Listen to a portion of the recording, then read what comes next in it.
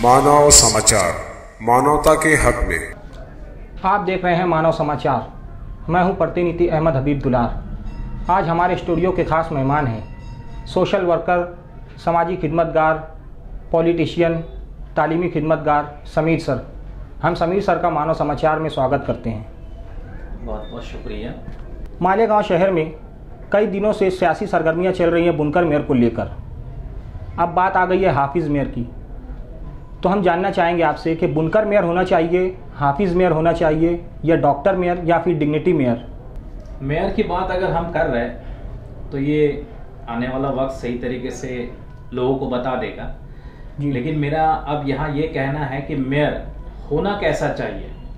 Mayor वो होना चाहिए जो शहर के मुफाद के लिए काम करे जी। मेयर वो होना चाहिए जो शहर की तरक्की देखे जी। मेयर बिल्कुल भी हम ये नहीं चाहेंगे कि अपने शहर को बेच दे अपने खुद के मुफाद के लिए, अपने खुद के पार्टी के लिए। यहाँ बात नहीं आती कि हाफिज मेयर हो, डिग्निटी मेयर हो, डॉक्टर मेयर हो या बुनकर मेयर हो। बस मेयर हो, और ऐसा मेयर हो कि जो शहर को देखे कि वो तरक्की कर रहा है और आज जो दुनिया तरक्की कर रहा है उसके साथ साथ उसको लेकर चले। तो मैं कहूँगा कि मेयर पार्टी, जैसे मैं बिलोंग करता हूँ एमआईएम पार्टी की तरफ से, और मैं हर वक्त यही चाहूँगा कि एक तालीम याफ्ता पढ़ा लिखा ही मेयर हो और हर बात को सही ढंग से समझ के लेना चाहिए, और वैसा ही मेयर हम चाहेंगे और मालेगांव शहर को मिले। तो इसीलिए हमारी पूरी कोशिश है, पार्टी की भी पूरी कोशिश है कि एक डॉक्टर मेयर सामने रहे। जैसा कि आवाम जानती है कि हर सियासी सरगर्मियों में, हर तहरीक आंदोलन में समीर सर पेश रहते हैं। कई दिनों से मालेगांव शहर में बिजली की आंख मुचौली चल रही है। उसके बाद मच्छरों की गुंडागर्दी हम कहेंगे, ये ज़ोरों पर है। ये एक आलिम को भी काट रहे हैं और आम आवाम को भी काट रहे हैं। तो इस मामले में आप कोई तहरीक आंदोलन में कब हिस्सा लेंगे और ये मामला कैसे हल होंगे?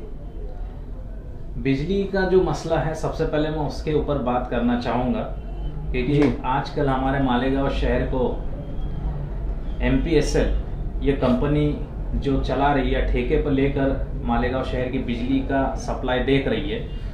तो जितना भी मैं उनके पास पहुंचा हो, कई मसले लेकर पहुंचा हो, DP के मामलात हो या जहां भी पावर जाती है उसके मामलात हो, और आम तौर पे हम लोगों ने देखा है कि जब भी एक जगह पावर जाती है तो पूरे गांव की बिजली गुल हो जाती है, बंद हो जाती है। तो उसके ताल्लुक से हमने जोहान फाउंडेशन के ज़रिए से तो कई चीज़ें ऐसी की है कि जहां लोगों को राहत पहुंचे, आवाम को राहत पहुंचे।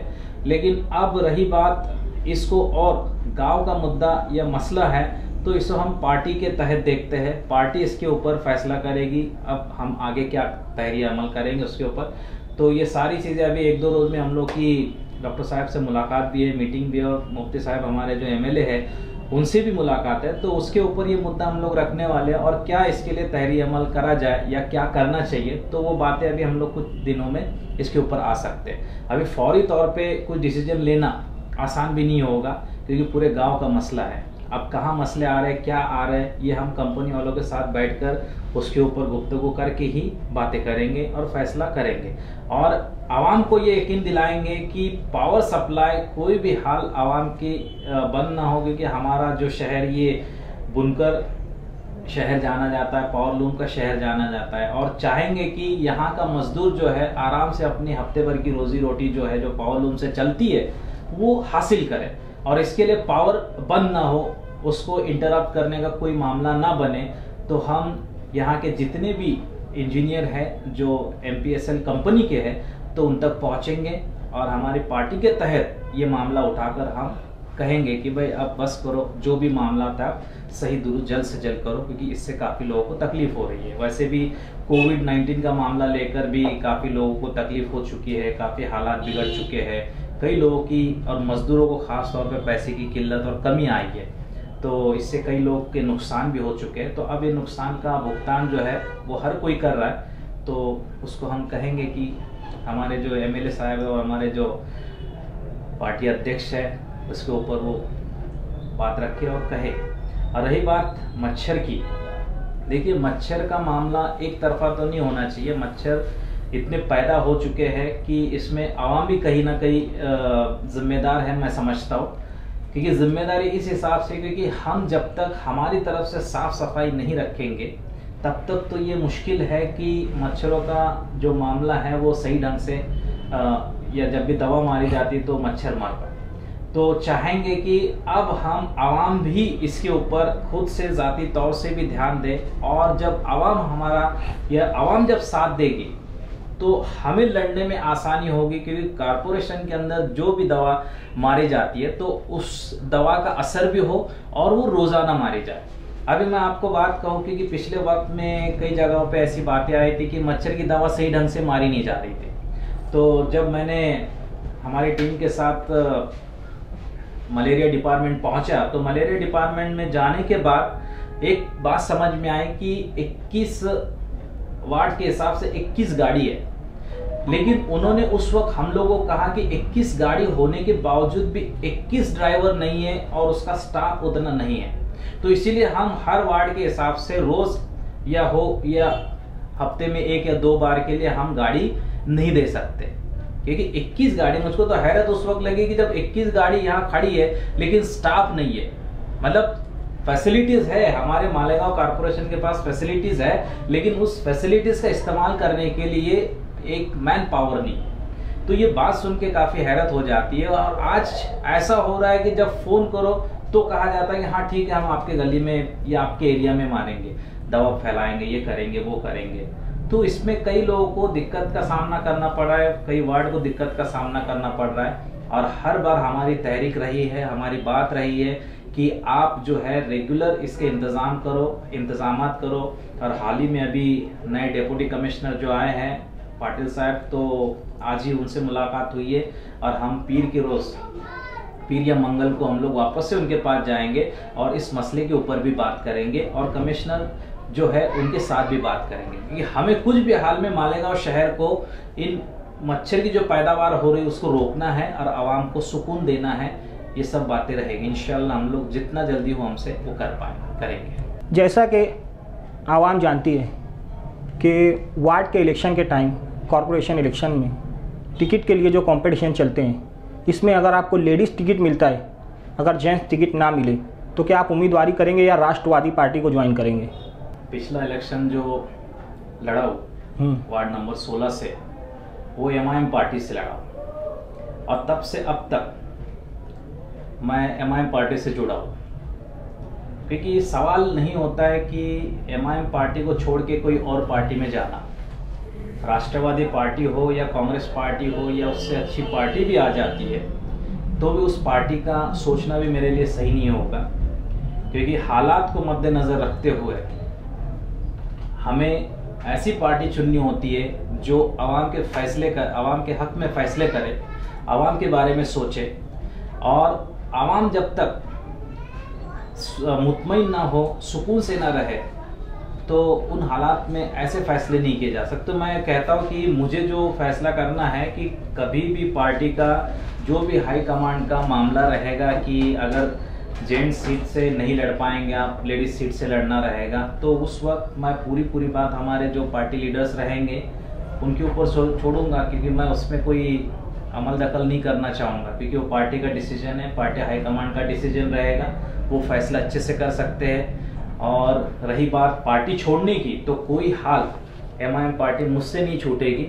जिसको छोड़ना होगा, कई ऐसे आएंगे मुफ्त, मतलब जिनको फ़ायदा उठाना है वो फ़ायदा उठाएंगे, जिनको नहीं उठाना है वो अपने डिसीजंस लेते रहेंगे। और मुझे अगर कई लाख रुपए भी रख के बोलेंगे यार तुम्हारे इलेक्शन हम लड़के दे देंगे, पैसा तुम रख लो, तो भी MIM पार्टी को मैं नहीं छोड़ूंगा। हम समीर सर से जानना चाहेंगे कि उनके वार्ड को लेकर उनके फ्यूचर प्लान क्या क्या हैं। अभी इलेक्शन जैसे काफ़ी मतलब तकरीबन 1 साल का वक्त है उससे, बिल्कुल, तो इतना जल्दी मतलब अपने प्लान्स क्या है, ये सब चीज़ें क्या है जाहिर करना मुझे नहीं लगता कि सही होगा। लेकिन इतना तो ज़रूर है कि मैंने अब तक ये सुना है, कभी भी मैं जब भी लोगों से, आवाम से या अपने कारपोरेटर से सुनता हूँ कि यार हमारा एरिया जो है वो काफ़ी डेवलप्ड एरिया है या पक्का एरिया है, तो उसमें कोई काम नहीं है, तो मैं उस वक्त आवाम को ज़रूर बताऊंगा कि मालेगांव शहर के अंदर जो पक्के वार्ड है उसमें वाकई बहुत सारे काम हैं और वो करने बहुत ज़रूरी है। क्योंकि आवाम को एक बात समझनी होगी कि वार्ड का काम करने का मतलब सिर्फ गटर साफ सुथरी रखना या कचरा रोज उठना चाहिए, इतना ही काम नहीं है। इसके हट के भी ढेर सारे काम हैं जो एक नगर सेवक ने या एक कारपोरेटर ने करने चाहिए। क्योंकि मुझे ऐसा लगता है कि अब तक ऐसे कोई कारपोरेटर्स ने इतना काम ऐसा बताया नहीं, आवाम तक पहुंचाया नहीं कि यार इसके अलावा भी ये सब काम रहते हैं। तो वो काम नहीं करने की वजह से लोगों के दिल दिमाग में एक ही बात बैठी है कि सिर्फ इतना ही काम करो तो तुम जीत जाओगे, या इतने ही काम हम लोगों को समझ में आते हैं। तो जब मुझको मौका मिलेगा तो इंशाल्लाह मैं इतना तो ज़रूर करूँगा कि आवाम को बताना चाहूँगा काम ये होता है जो असल में करना चाहिए।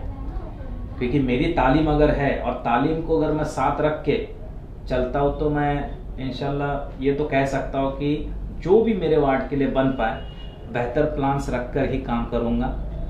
और मेरी सरपरस्ती करने के लिए आज हमारे दीनी आलिम, हमारे शहर के एमएलए मुफ्ती मोहम्मद इस्माइल कासमी साहब है, जो दीनी मामलात को समझते हैं। आज एक पढ़ा लिखा जहनियत समझने वाले आज वो है, और उनकी क़यादत में रह के इंशाल्लाह अच्छे अच्छे काम हम करेंगे। क्योंकि आज भी मुफ्ती साहब के काफ़ी अच्छे काम वो कहते हैं, बोलते हैं। जब भी हम लोग की मुलाकात होती तो वो हमेशा कहते हैं कि यार ये काम करना है, ये चीज़ पे हमको काम करना है। और वो चाहते हैं कि ऐसे पढ़े लिखे लोग आ जाए। और डॉक्टर खालिद साहब जो हमारे नॉर्थ महाराष्ट्र के जो चेयरमैन और प्रेसिडेंट है, तो उनका भी यही कहना है कि पढ़े लिखे लोग अब आगे आने चाहिए, तो मालेगांव शहर का जो चेहरा है वो बदल जाएगा। और जो कमज़ोरियाँ है या जो भी दिक्कत आती है वो कहीं ना कहीं दूर हो जाएगी। तो इनकी सरपरस्ती में अगर अल्लाह ने चाहा तो बिल्कुल वैसा काम करेंगे जो काबिल तारीफ़ हो। और बाकी सब बातें तो अल्लाह के ऊपर है, अल्लाह जैसा चाहे वैसे काम ले।